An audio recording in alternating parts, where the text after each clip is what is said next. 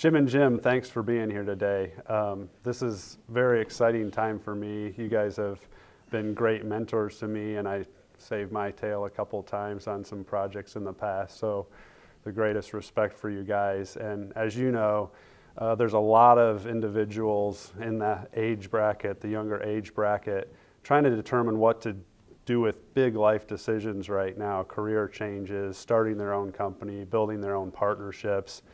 You guys have done all that both individually and separately, and we're very fortunate to have you speaking to us today and helping us as we think through some of these issues you've already lived through and survived through and thrived through. So Jim Klingbeil, as the original founder in the late 50s of this company, I know you had a number of partnerships before Mr. Callard arrived a while later. Give us some of the history and background on those partnerships and some of the key things that you went through in those partnerships that will be valuable for us as we try to structure and build our companies in today's age. Okay, I'd be happy to. A couple things that are different than the young entrepreneurs that I see coming into the business today, and that is that I started at a much younger age. Actually, my first partnership was I was 22, and my partner was about 25, and we actually started at a fraternity meeting that we had, and we decided to build housing for minority renters. And the only difference between that and most fraternity bull sessions you have is the next day we started out to do it, and 3 months later we were under construction. Having said that, neither one of us, I was a pre-med student on my way to Stanford. He was an engineering student working for his dad, not particularly liking it very well. We had really no knowledge when I think about the new crop of entrepreneurs, all of whom are very well trained and have a lot more experience than we did. Having said that, I think drive, enthusiasm, and tenacity probably saw us through, and that was 1959, and fortunately, the timing was wonderful. There was no inflation, not a lot different than what the last 4 or 5 years we've been. Interest rates were low, there was no inflation, there was a tremendous need for new apartments. Nobody had really, most apartments were built in the 20s, then we got into the recession, then we got into the war, and after the war there was a whole FHA program called 608. They were not particularly desirable places to live, as you know, or everybody knows. So the new crop of coming on and building apartments that were basically attuned to the renter or to the customer, if you will, customer service, none of that was apparent. And so we built 19 apartments for basically graduate students or post-college, and our first project, either good or bad, was enormously successful. Everything came out like it was supposed to, and we made every mistake in the book. We used a contractor on a cost-plus basis, didn't have a guaranteed contract, didn't do the necessary work in terms of due diligence on that construction firm. And one time the founder, who I got to know very well because I was absolutely enthralled about the business, I said to him, why did you decide to build apartments with two guys that didn't have any experience? He said, oh, well, we'd never built an apartment before and we wanted to learn on your nickel. So anyway, but having said that, they produced it on time, on budget. It rented up very, very successfully, and I went off to medical school. Subsequently, I was so enamored with the thing, and I thought, well, maybe I could work summers, and when I graduated, I'd own 100 apartments. That was sort of my goal. And we were 50-50 partners, as so often happens. I came back, I took a leave of absence from medical school and started to build apartments. The times were very, very good. And over that period of time, evolved with different, mainly with new partners, because my old partner, his name is Pete Edwards, he's been very, very successful in Columbus, Ohio, and continues to build apartments today. But what I would advise young entrepreneurs who are coming into the business is that almost all the ones I've met are very well qualified. The difference between being an entrepreneur and working for a real estate company, in my opinion, is how much risk are you willing to take? I mean, you cannot be a developer without guaranteeing completion and probably repayment of the note. And so some of the young ones I talk to say, well, my dad or my dad's lawyer said I shouldn't sign that. And I say, well, keep your day job, because that's one of the things that, you have to believe, and you have to be willing to go out there and frankly risk whatever net worth you have. But in starting new partnerships, what I would recommend you do as the group of partners, normally they start with a great idea or an idea that they think is important, and you allocate ownership not really based upon the value that the individual brings to the partnership, and over time those things change. And so I guess my advice would be to, when you're starting out in a partnership, make sure that everybody understands that this is not going to be forever. These percentages of ownership or promotes, whatever you want to call it, are okay for this deal, and they might be okay for the next deal and the following deal, but as you grow, you're going to have to evolve. That's very, very difficult. I didn't do it. Most people won't do it, and so you end up with some reallocations, if you will. In our particular case, that partnership, with a little bit of variation, existed from about 1964 to 1974, about 10 years of very, very rapid growth. And we were one of the first developers to build multi-state, and there was a whole wave of mergers that happened in 69 and 70. We were part of that program, and we merged into CBS Broadcasting, and they bought 49% and wanted to expand the company substantially more. What happened is we had a wonderful relationship with CBS from 1970 till about the middle of 73. Frank Stanton, the existing president, and Bill Paley, who was the chairman, had run CBS for 28 years.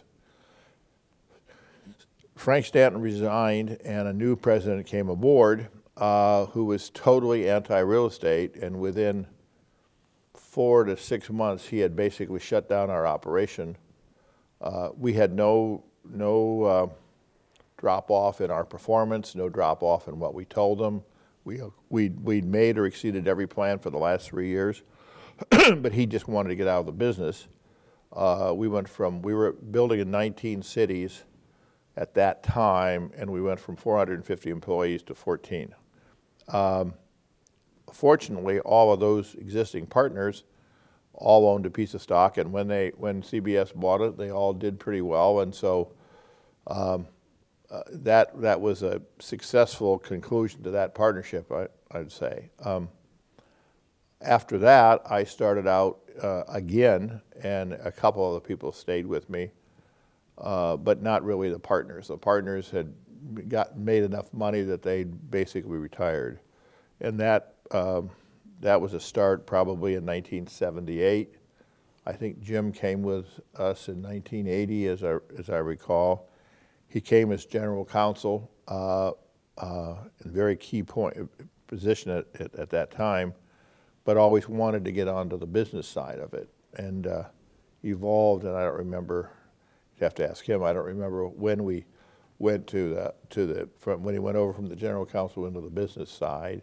But what we operate today, and when I say today, I guess that's been 36 years, so it's not a small piece of time, is what I'll call a mature partnership that's more aligned along the responsibilities and the inherent value of that various individuals bring to the party. As I look back, I would say the first 20 years, I had individuals that were maybe working at full capacity, but they were not capable of doing the job at the growth, at the size we ended up being. In other words, one of the things I resolved to do when I started over was get really competent people in those positions and then delegate more to them. And that's really brings us to Jim being my partner. Yeah. Real quick, before we jump into when Jim joined, walk us through, there's a lot of thought about naivety is bliss. We've all heard that phrase. How important was naivety as bliss, especially when a lot of the guys today, I feel like they almost know too much and are so fearful of the risk? Can you answer that I can answer on that. what you dealt with and how that plays into kind of the difference in entrepreneurs today and then? Well, you might want to ask Jim Callard that question, because he maintains that my biggest key to success is that I never could perceive failure. And I never thought about it before, but that's absolutely true. I can look at whether it's 200 apartments or 1,200, I can look at it, I can see it. One of the wonderful things about CBS, when they both Bill Paley and Stanton were on our board, and I'd start to explain something to them, and they'd say, "Oh yeah, it's just like a sitcom." And I what do you mean, just like a sitcom? He said, "Well, you know, we conceive these ideas." Who was the one, All in the Family, or with Archie Bunker? And he said, "We conceive of them, and then they happen." And he said, "Isn't that wonderful?" And he said, "That's what you do." And I said, "Well, okay. I mean, it's not exactly what I thought about, but I would say that all of the young entrepreneurs entering the business are too well trained, too experienced, and you know, at 22 you don't have a lot of knowledge, particularly if you come from a small town. Your dad's a dentist, so naivete, maybe that is the right answer. But one of the either blessings or curses I've always had is I only perceive success. I don't dwell on what if, or you know, but I that's a common. I mean, I don't know why people are going into partnership where they worry about failure. I mean, if that's not what is it, one fellow said, it's not a matter of life and death. It's more important than that. You can't think about the downside, Right. or you really don't act. So yeah, I do think that the young people that I just never had that whatever part of that personality you're supposed to have, I must be missing with me. And then another thing that I hear a lot as an issue with the young entrepreneurial is their memories are too long. They need to have shorter memories. When something goes wrong, they just need to forget about and move on. Like, how did that play into your entrepreneurial startup and your first kind of 20 years building the company? Well, I can't say the first reaction that comes to me, because this is probably not publishable.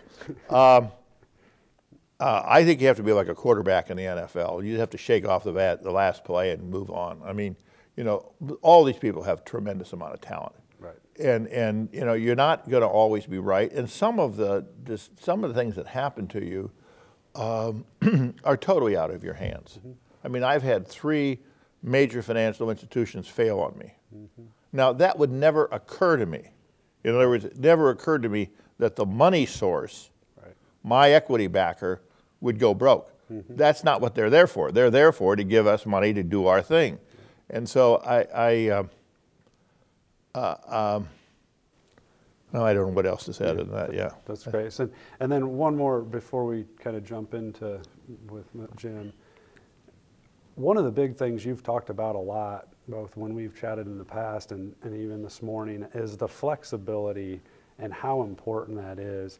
Can you dive into a little bit more detail, or even whether anonymized or not, some deep details on that? Because it seems like that's something most people I talk to in my peer group just don't even understand, and they can't even foresee like how that's going to work, how that would happen, how those conversations would happen, and how those events would take place. Do you have any examples or stuff that are even possible to share on that? Well, I think if you ran a series, as I understand you're going to, of the various leaders, mm-hmm. Visionary leaders, if you will, they'll all emphasize the same thing. Whatever you thought today is going to be different tomorrow. You have to be adjustable. You have to be flexible. You have to be nimble. And frankly, you have to embrace change. You just have to love that. Mm-hmm. those people who want structure, they want to have, you know, one of the things I get such a kick out of is people say, well, I can't have two bosses.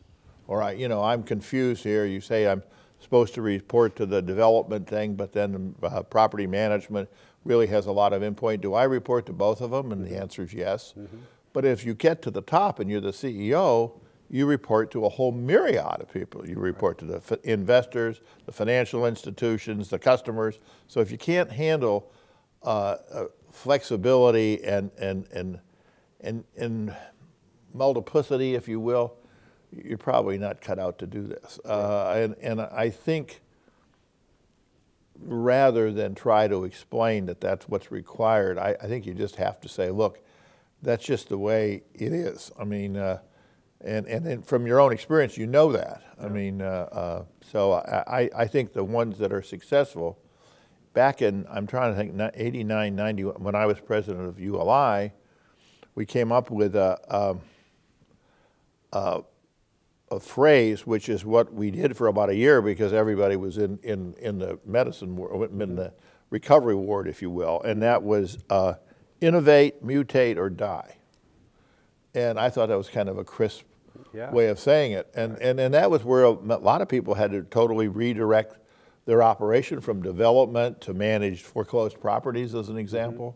I mean, there are some, J.D. Roberts comes to me as a company that evolved out of chaos. And so I think that's just a way of the world. Jim Callard, you joined in I believe 1980. Hopefully it helped calm maybe some of the chaos, if that's possible. Walk us through kind of how that evolved and kind of your process kind of on the other side, and kind of why you joined and how you joined, and your thoughts on that. Okay, well, my background was 15 years of practicing law. A lot of it real estate, a lot of it other things. And basically what was happening in the legal profession at that time was a big trend toward specialization, which was motivated primarily by insurance premiums for liability. I had started working for a big firm, got stuck in a back room and left, and then decided, as you could in 1960 and 70, that you can't now, is you can just go into the bank, and the first banker said, well, I'd like to own my own bank. The next one sat there, I asked for $10,000, he wrote me a check for $25,000. It was like that in Columbus, Ohio in the 1960s. And a lot of entrepreneurial businesses came out of that, ranging from the building business to Concept to Wendy's to, of course, the Limited. I mean, there's a big group of that, and it was primarily because it was a very entrepreneurial thing to do. So I started building a law firm, and we ended up with 11 people, supporting 64 people when I added everybody up. And my thought was, you know, it isn't as much fun anymore. And we weren't all getting along very well. And as lawyers don't in most of those situations. Different today, of course, but when you were all equal partners, it was a little bit differently. And I was having, I don't know why it was me. I had done some work for a couple of Jim's partners, and a couple of conflict cases where the big firm that he had a conflict, and I had come to know Jim as a result of that. And I guess I was sitting with him, and we were talking about that, and he was saying, well, why would you ever want to practice law? And how much have you ever made as a lawyer? And I added, well, if I'd have collected this and if I'd have collected that. And I gave him a number. He says, well, that's not very much. And I just thought about it all weekend long, and I didn't consider it an interview or anything like that. And then I went to the first partnership on Monday morning, and at 10 o'clock I called him and I said, I don't know if you were offering me a job, but if you were, I'd take it. And that's kind of how I came in. And my point was I didn't want to be limited by just doing the legal work. And Jim said, well, you know, if you find somebody to take your place. We were also pretty volatile at that time. I mean, Jim had a section of a lot of individuals who he was partners with who were doing different things. And those were all working fairly well.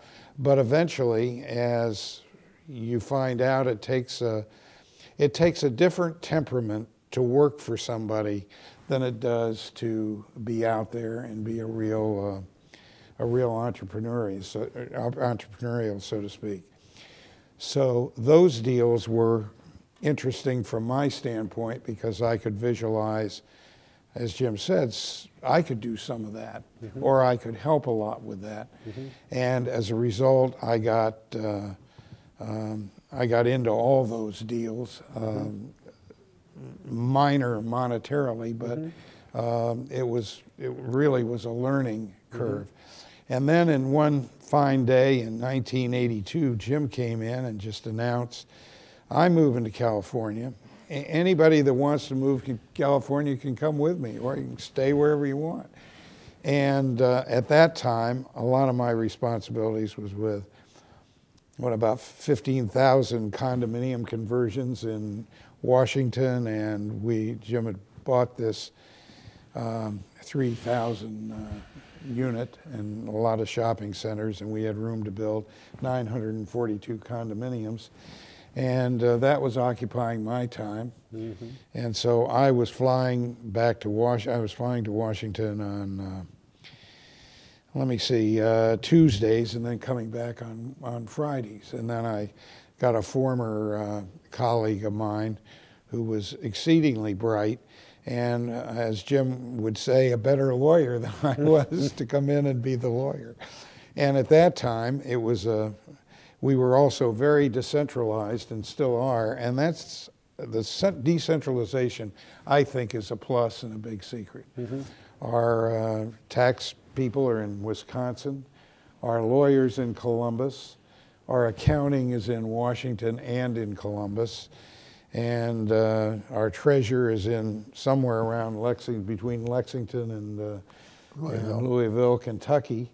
What else we got? Well, the CFO and myself are in San Francisco, and our president's in Annapolis, which is where Jim is.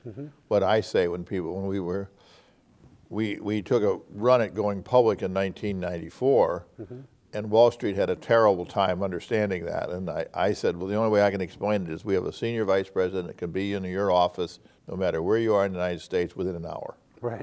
And they thought, oh, well, that's interesting. But the rest of it they didn't understand. And of course, we've been partners, and our organization, probably the average tenure of our company today is 17, 18 years, with quite a few being 20 and plus, and I think the youngest is 11 years. So we do it all over the phone, and we're constantly moving around. We've literally built over the years. We built not every city in the United States, because we kind of skipped North Dakota and Nebraska and Atlanta, Texas, and some of the other places. But so it works for us. But I think what Jim's saying is also gives it a degree of autonomy, that the individual people are in charge. They have a lot of control, and I think that helps. As partners, not just partners between yourselves, but also with your other partners, and even within the organization today and otherwise, there's a lot of debate in our circles about, do you have to be friends and have a close personal relationship? Is it just a business relationship? How tied are those together? Does it work both ways? Does it not work? I can answer that. I mean, when you start, want me to answer. well, no, you can have your own input. But when you start out in your partnership, you tend to lapse over into the personal lives. When you get what I'll call a mature partnership, which is what I think had for the last 30-some years, that's less so. In the original thing that you do as young entrepreneurs, the ones we're talking to, there's divorces, there's children. I mean, I can tell you stories you have no idea. And as you get older, you feel less of a need to participate in other people's personal lives.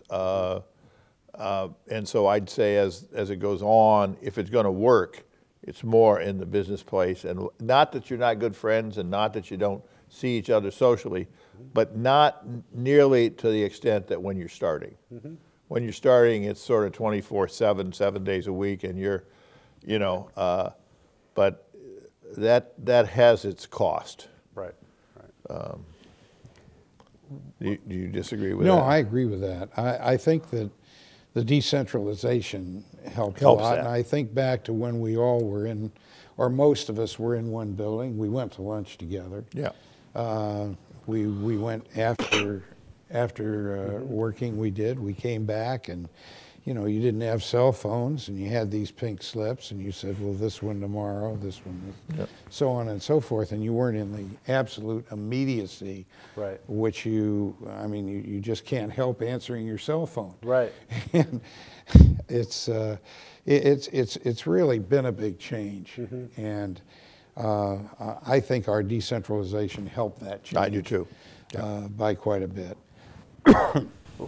Wins and losses. You guys have had lots of wins. Definitely, we've all had losses.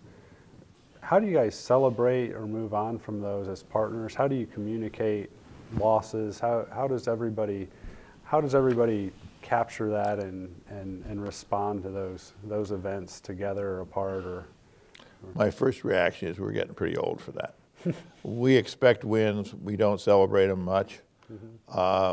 The occasional losses you have, and you always have them, it's where you painstakingly review on an individual basis and together, what were we thinking? How could that have happened? I mean, you learn so much more from a setback than you do from a victory. You don't know whether, when you have a victory, you don't know whether it was timing, you know, but you take full credit for it because that's what we do. But you know, we're on the verge of, as we sit here today, of some of the biggest transactions we've ever made, and you know, maybe we'll have a drink and go back to work.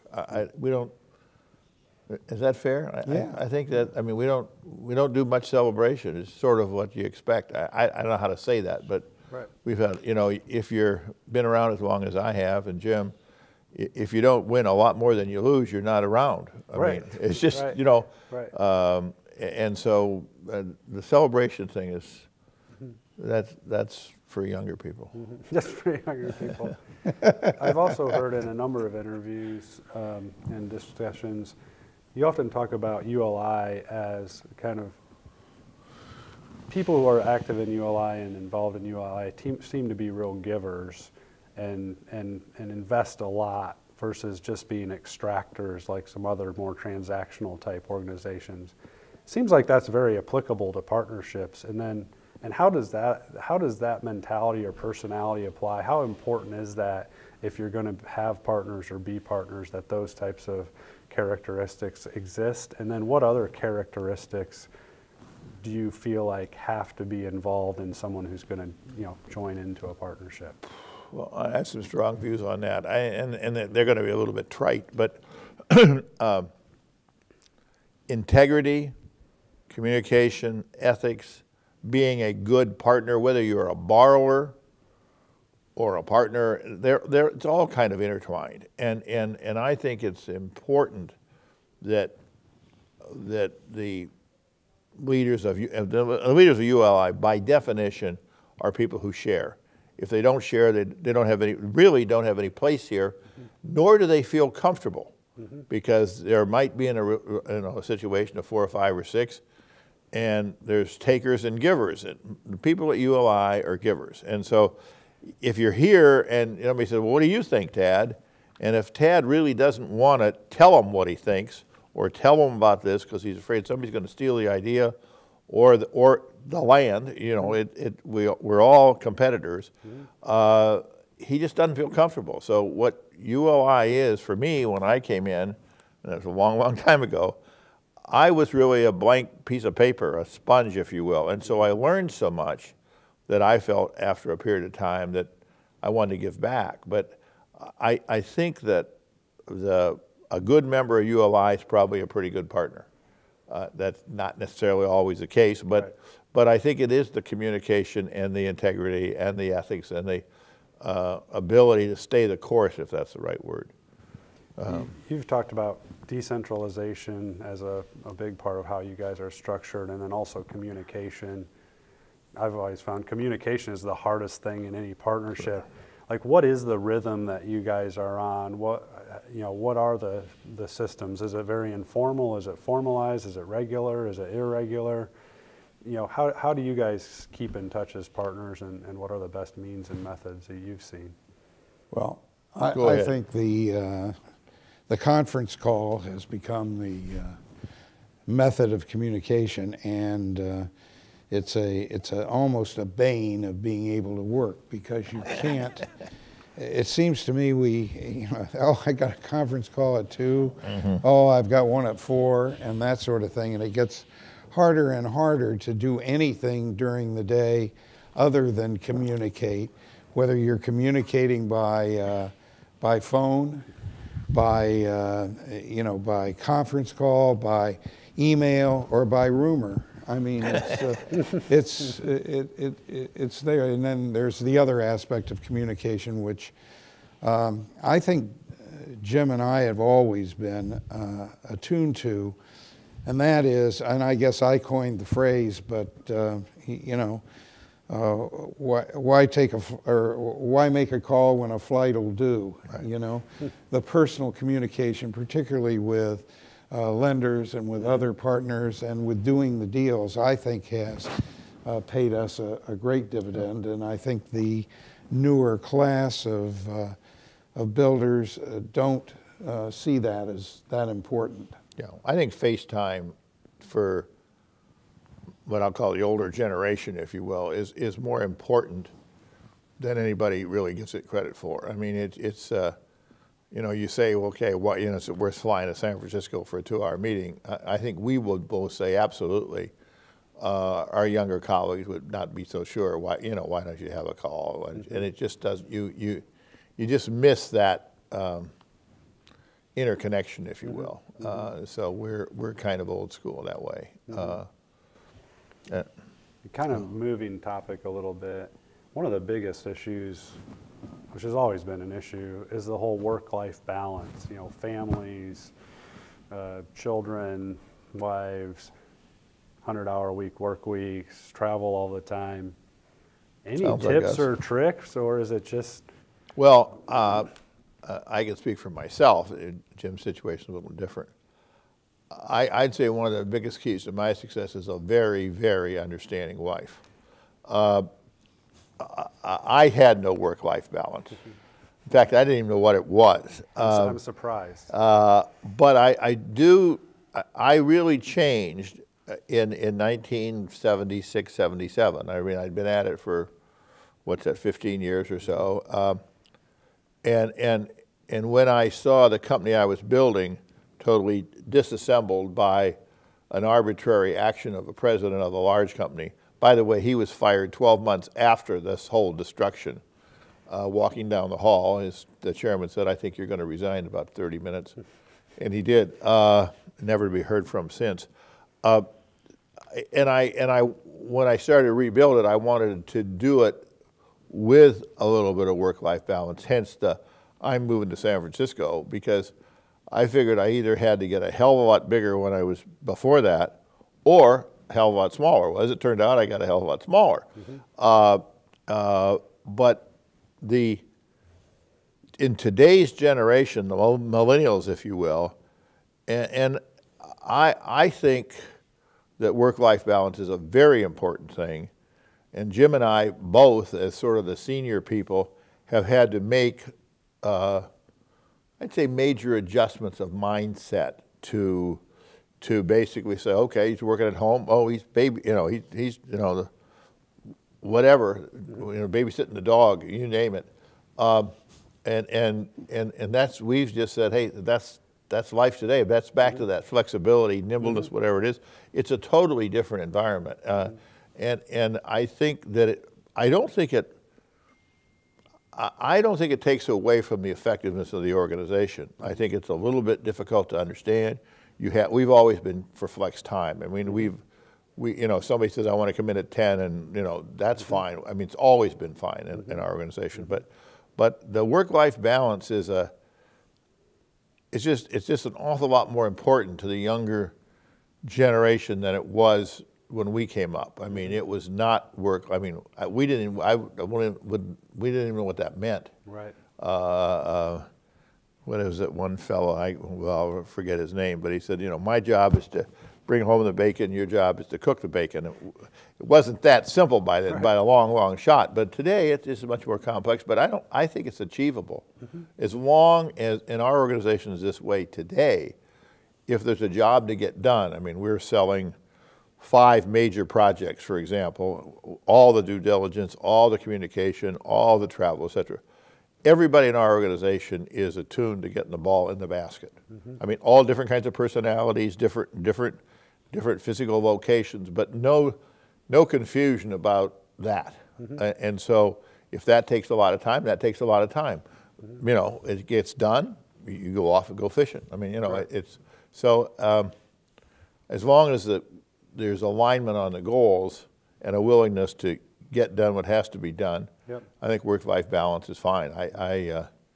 But the start of this particular partnership didn't have a lot of balance. Well, And he doesn't know about that. He just works.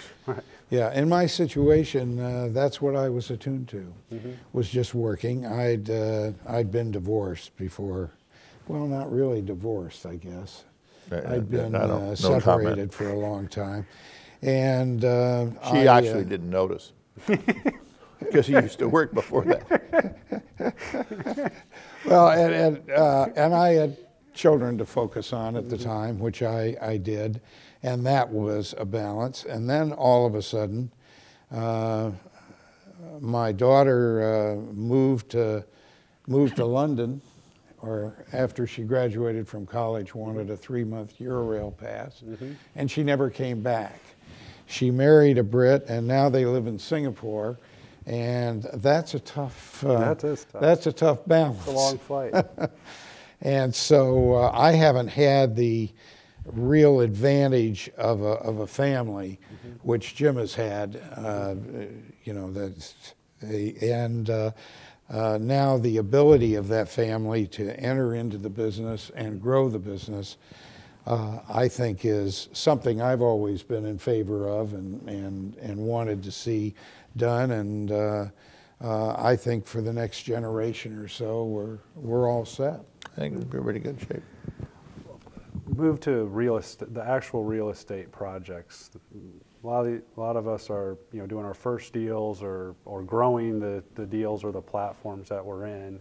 And a big debate is always chicken or egg, capital or product, capital or product.